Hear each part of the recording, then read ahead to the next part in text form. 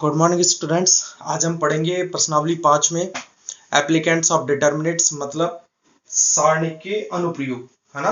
तो देखो सारणिक के अनुप्रयोगों में क्या पढ़ेंगे हम। सारणिक के अनुप्रयोग,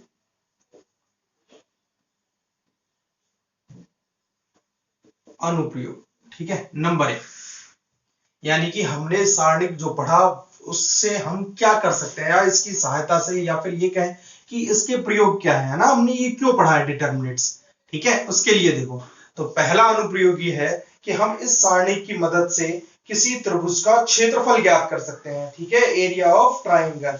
तो पहला नंबर है कि हम इसकी सहायता से किसी त्रिभुज का क्षेत्रफल ज्ञात कर सकते हैं। तो त्रिभुज का क्षेत्रफल कैसे ज्ञात करते हैं वो सुनो।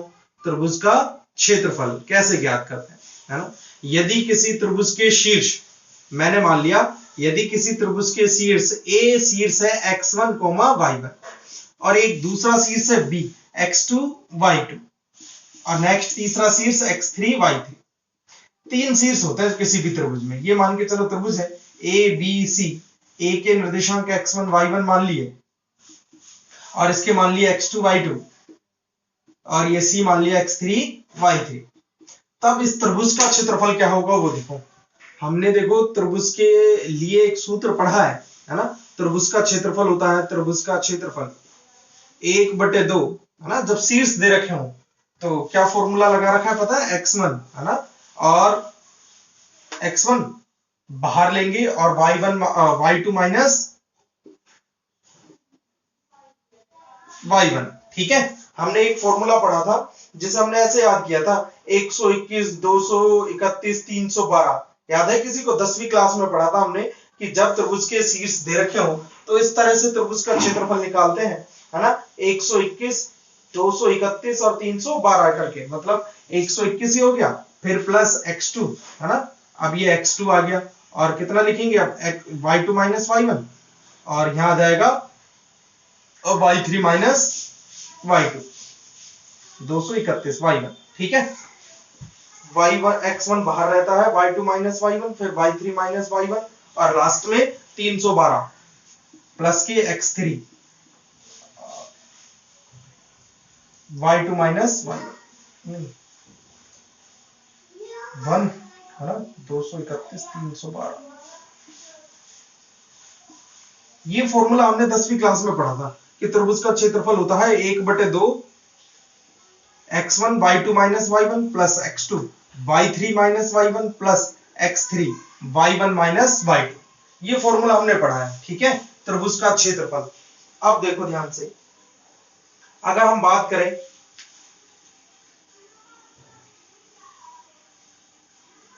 इस त्रिभुज के क्षेत्रफल की, तो ये त्रिभुज का क्षेत्रफल मैंने अभी कहा ना, कब ज्ञात करते हैं, जब शीर्ष दे रखे हो। वरना अगर त्रिभुज का आधार और ऊंचाई हो तो 1/2 आधार गुणा ऊंचाई लगाते हैं, वो फॉर्मूले की यहां जरूरत नहीं पड़ेगी, ठीक है। यहां मैंने त्रिभुज का क्षेत्रफल लिख दिया। अब त्रिभुज का ये जो क्षेत्रफल लिखा है मैंने, है ना, ये शीर्षों के आधार पर लिखा है, तो लेकिन इसका जो प्रयोग है वो सारणिक की सहायता से कैसे कर सकते हैं वो सुनो। तो सारणिक में त्रिभुज का जो क्षेत्रफल होता है, त्रिभुज का क्षेत्रफल वो होता है 1/2 और सारणिक बनाओ x1 y1 फिर x2 y2 और x3 y3। ये हमने शीर्ष लिख दिए। लेकिन मैंने कहा ना सारणिक केवल वर्गावयव के निकलते हैं, तो वर्गावयव बनाने के लिए यहाँ 1 1 1 का प्रयोग करेंगे, क्योंकि 1 1 1 से आपकी जो कैलकुलेशन है वो चेंज नहीं होगी, 0 0 नहीं लगा सकते, वरना फिर पूरा सारणिक 0 हो जाएगा। तो जब आप इसे सॉल्व करेंगे तो ये वाला फॉर्मूला बन के आएगा। देखो x1 लिखेंगे और y2 माइनस y3 लिखेंगे, ठीक है। y2 माइनस y3 होना चाहिए था फॉर्मूले में, है ना, y2 माइनस y3, फिर x2 के लिए लिखते हैं, फॉर्मूला चेंज हो जाएगा, ये y2 माइनस y3 आएगा।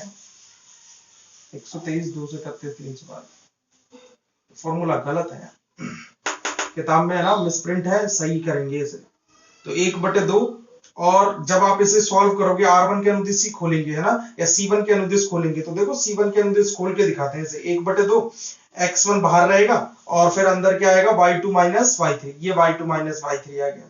फिर लिखेंगे माइनस, है ना, ये प्लस का, ये माइनस का, ये प्लस का हो जाएगा, तो माइनस के x2 लिखेंगे और ये रो और कॉलम चेंज हो जाएंगी, y1 माइनस y3 करेंगे, y1 माइनस y3, और लास्ट में प्लस के x3 लिखेंगे और ये लोअर कॉलम बन जाएगा y1 minus y2, y1 minus y2, ये आ जाएगा।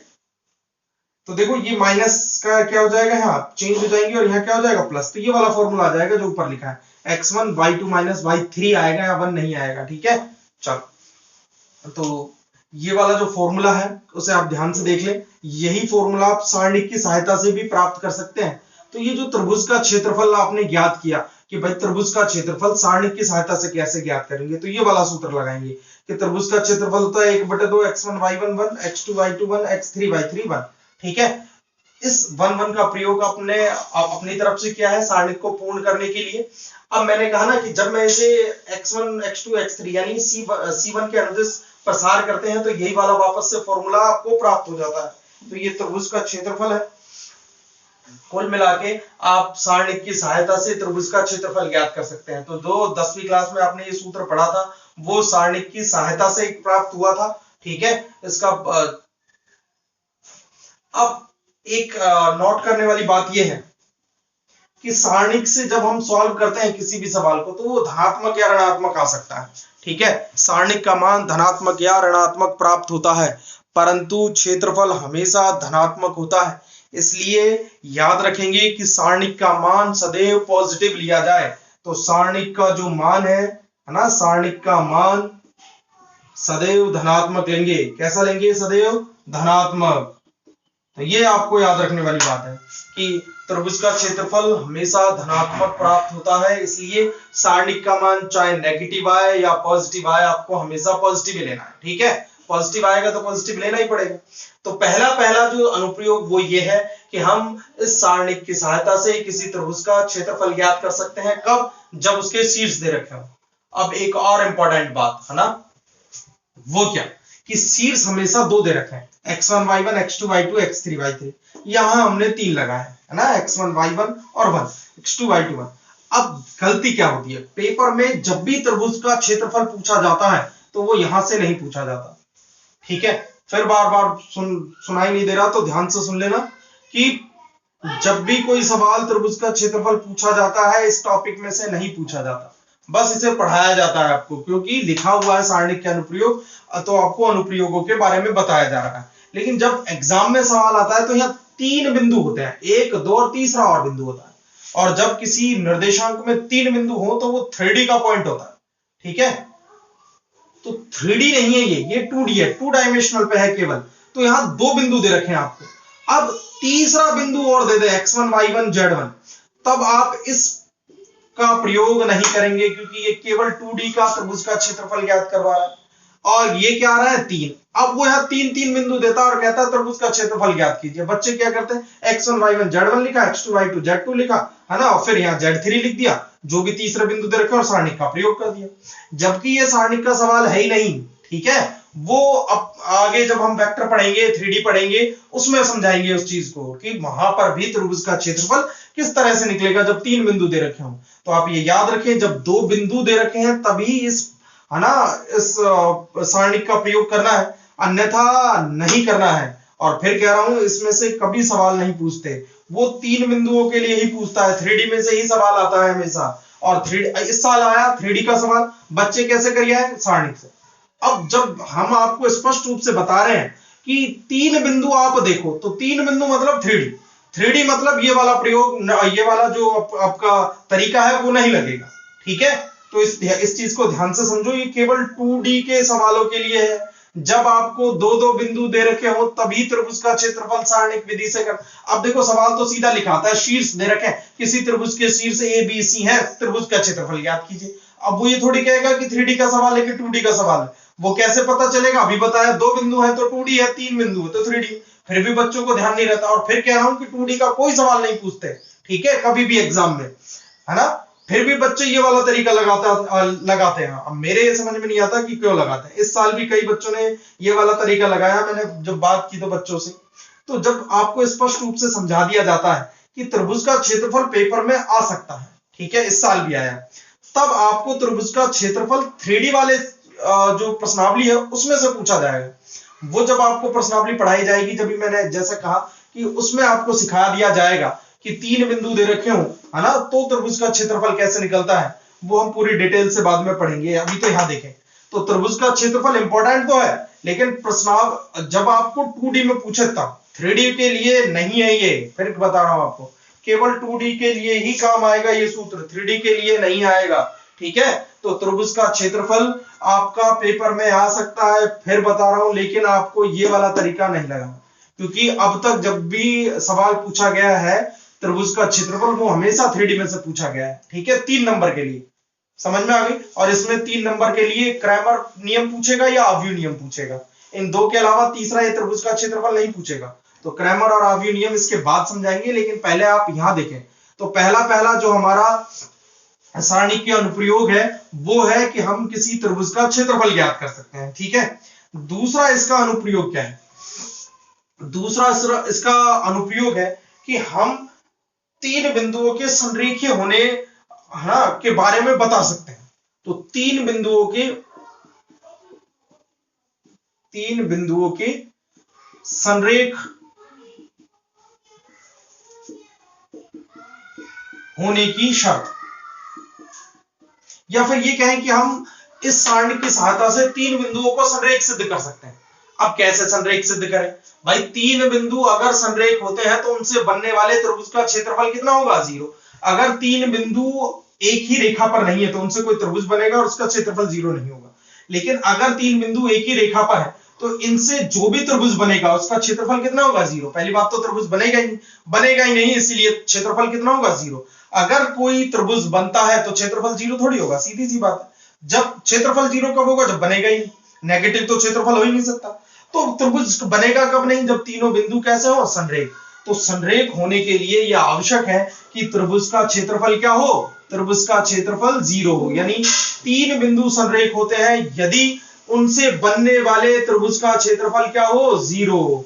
तो आप ये ध्यान से सुने, है ना, शॉर्ट में समझें कि 3 बिंदु संरेख होने की क्या शर्त है। फिर कह रहा हूं 2D की बात कर रहे हैं ना, तो त्रिभुज और भी 3 बिंदुओं के संरेख होने की बहुत सारी शर्तें हैं। बस आप यहां जो समझा रहा हूं वही समझे, 2D में पढ़ा रहा हूं इसे, ठीक है, 3D नहीं पढ़ा रहा।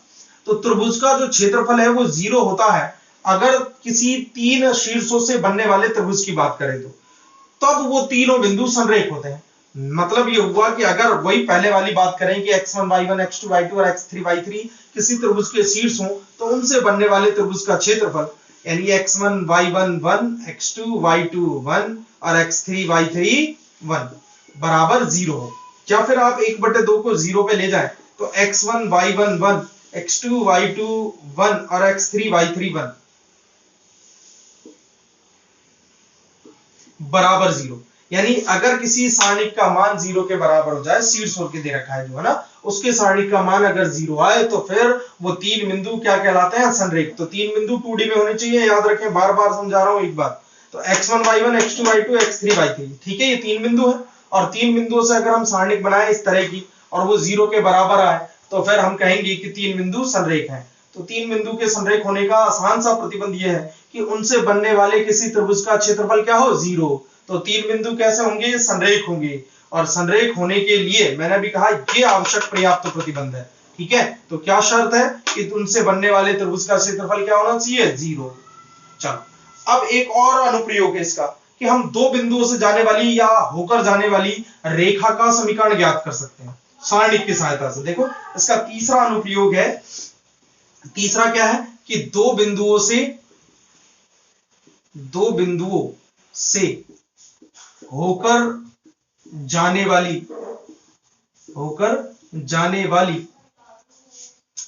सरल रेखा या रेखा का समीकरण ज्ञात कर सकते हैं। समीकरण ज्ञात करना, तो हम इसकी सहायता से, सारणिक की सहायता से 2 बिंदुओं से होकर जाने वाली या गुजरने वाली रेखा का समीकरण ज्ञात कर सकते हैं, ठीक है। तो अब कैसे ज्ञात करेंगे वो देखो। अब मान के चलो 2 बिंदु है अपने पास x1 y1, ठीक है, और दूसरा बिंदु है x2 y2, x2 y2। रेखा 2 बिंदु मान लिया a x1 y1 और b मान लिया x2 y2 से होकर जाएंगे। अब ये एक बिंदु a है, ये एक बिंदु b है, इनसे कोई एक रेखा होकर जाएगी, मान लिया। अब इस रेखा का समीकरण ज्ञात करना है, तो हमें क्या करना है कि इसी रेखा पर अपनी तरफ से एक बिंदु मान लिया p, और ये मान लिया x कोमा y। ठीक है, माना सरल रेखा पर कोई बिंदु, सरल रेखा पर कोई बिंदु P x y, ये मैंने अपनी तरफ से मान लिया। अब देखो, जब हमने P कोई बिंदु अपनी तरफ से मान लिया तो आपको ये स्पष्ट रूप से दिखाई दे रहा होगा कि A, P और B संरेख है, एक ही रेखा पर तो है। तो एक ही रेखा पर कब होंगी? जब x1 y1 1 और x2 y2 और 1 किसके बराबर हो? 0। तीन बिंदु मान लिया मैंने, P A B, या फिर ऐसे करो, A ऊपर लिख दो, B लिख दो, C नीचे लिख दो। इनसे ऊपर नीचे से कोई फर्क नहीं पड़ने वाला, ठीक है, क्योंकि सारणिक का मान ऊपर नीचे करते हैं तो क्या होता है? ऋणात्मक हो जाता है ना। अगर मैं इसको इसकी जगह लिखूं, इसको इसकी जगह लिखूं तो ऋणात्मक आएगा, लेकिन क्षेत्रफल थोड़ी बदल जाएगा, क्षेत्रफल तो हमें धनात्मक ही लेना है। तो अगर आप ऐसा कंफ्यूज हो रहे हो कि ए को पहले लिखना है, फिर बी को, फिर सी को, यहाँ पर बी है ना, तो इसमें कंफ्यूज होने की कोई बात नहीं है, क्योंकि सारणिक का मान तो बदल जाएगा। ये बात आपकी बिल्कुल सही है कि अगर मैं x1 को यहाँ लिखूं और x को यहाँ लिखूं तो क्या सारणिक बराबर होगी? नहीं, सारणिक का मान ऋणात्मक हो जाएगा, है ना। जब रो या कॉलम को आपस में बदलते हैं तो गुणधर्म पढ़ाया था ना दूसरा, कि सारणिक का मान क्या हो जाता है? सेम रहता है, लेकिन उसका चिन्ह बदल जाता है। लेकिन यहां अगर चिन्ह बदल भी जाए तो भी कोई दिक्कत नहीं है, क्योंकि हमें तो क्षेत्रफल हमेशा कैसा रखना है? धनात्मक। तो आप ये याद रखें कि x y1 की जगह अगर xy को आप नीचे नीचे ले आते हैं तो कोई दिक्कत नहीं है, ठीक है। x1 y1 पहला बिंदु है, x1 y1 1, फिर बीच में मैंने लिख दिया xy1 और यहाँ लिख दिया x, है ना, x2 y2 1, तो उससे कोई फर्क पड़ने वाला नहीं है। तो मैंने तो बस केवल ये लिखा है कि ये तीन बिंदु संरेख हो गए, तो संरेख हो गए थे। अब इसे आप सॉल्व कर लो r1 के अनुदिश प्रसार करके या 2 0 बना के, जैसे भी मर्जी आए। जो इस सारणिक का मान प्राप्त होगा या इसका प्रसार होगा या विस्तार होगा, वही सरल रेखा का समीकरण कहलाएगा। तो देखो, हमने इस सारणिक के अनुप्रयोग से तीन प्रयोग है वो सीखे कि इसका प्रयोग कहां कहां किया जाएगा सारणिक का, है ना।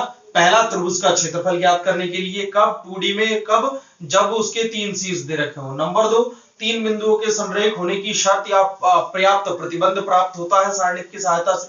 नंबर 3, दो बिंदुओं से जाने वाली रेखा का समीकरण प्राप्त किया जा सकता है। तो इन पर सवाल आएंगे, फिर कह रहा हूं, लेकिन वो 2D में ही होंगे, 3D में नहीं होंगे। तो आप ये बात हमेशा याद रखना, ठीक है। एक छोटा सा एग्जांपल या एक सवाल करा देता हूं तो उसके क्षेत्रफल के ऊपर, और ध्यान से देखिए, वो 2D में होगा, 3D में नहीं होगा, ठीक है। तो ये तीनों पॉइंट इंपॉर्टेंट है, तीनों पॉइंट एक ही से ही रिलेटेड है ना। तो एक सवाल है कि उस त्रिभुज का क्षेत्रफल ज्ञात कीजिए जिसका शीर्ष दे रखे हैं। अब देखो, शीर्ष दे रखे हैं और त्रिभुज का क्षेत्रफल ज्ञात करना है ना। तो एक्सरसाइज 5.2 का एक सवाल करा रहा हूं मैं, क्वेश्चन नंबर 2 है, वही देख लो आप कि सारणिक का प्रयोग करके, ये क्वेश्चन नंबर 2 है 5.2 का, कि सारणिक का प्रयोग करके शीर्ष दे रखे हैं, है ना। ए शीर्ष दे रखा है 1,4, बी दे रखा है 2 3 और सी दे रखा है -5 -3। त्रिभुज का क्षेत्रफल ज्ञात कीजिए, है ना। क्या दिए गए बिंदु संरेख हैं? तो बिंदु संरेख कब होंगे, है ना। क्या बिंदु संरेख हैं? संरेख कब होंगे? जब इनसे बनने वाले त्रिभुज का क्षेत्रफल 0। तो पहले मैं त्रिभुज का क्षेत्रफल निकालता हूं। त्रिभुज ABC का क्षेत्रफल कितना आएगा? सूत्र याद है ना, 1/2 लिखेंगे, x1 y1 1, 1 4 1, आ गया समझ में। फिर लिखेंगे 2 3 1, ये 1 1 1 तो आएगा, ये लिखेंगे -5 -3 और, ठीक है। सॉल्व कर लेते हैं, 1/2 r1 के अनुदिश प्रसार कर रहा हूं, 3 एकम 3, माइनस माइनस क्या हो जाएगा? प्लस के 3, ठीक है। ये 1 लिखने की जरूरत नहीं है, लेकिन फिर भी चलो लिख देता हूं। फिर -4 लिखेंगे और ये रो और कॉलम हटाएंगे, 2 एकम 2, माइनस लिखेंगे, माइनस माइनस प्लस के 5 हो जाएंगे, ठीक है। और लास्ट में लिखेंगे प्लस के 1, रो और कॉलम हटाओ, माइनस के 3 दूनी 6 और माइनस के 5 या 15, प्लस के 15 हो जाएंगे।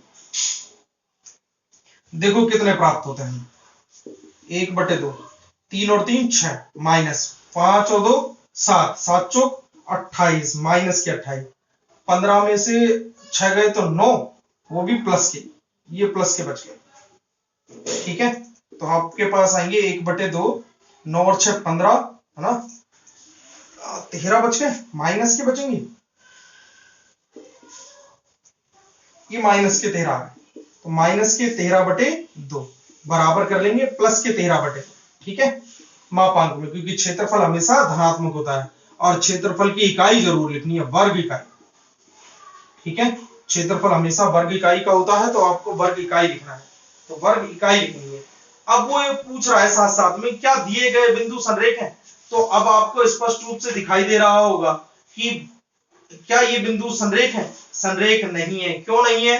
क्योंकि इसका क्षेत्रफल 13/2 आया, तो जब क्षेत्रफल 13/2 है तो सीधी सी बात है कि संरेख हो ही नहीं सकते, ठीक है।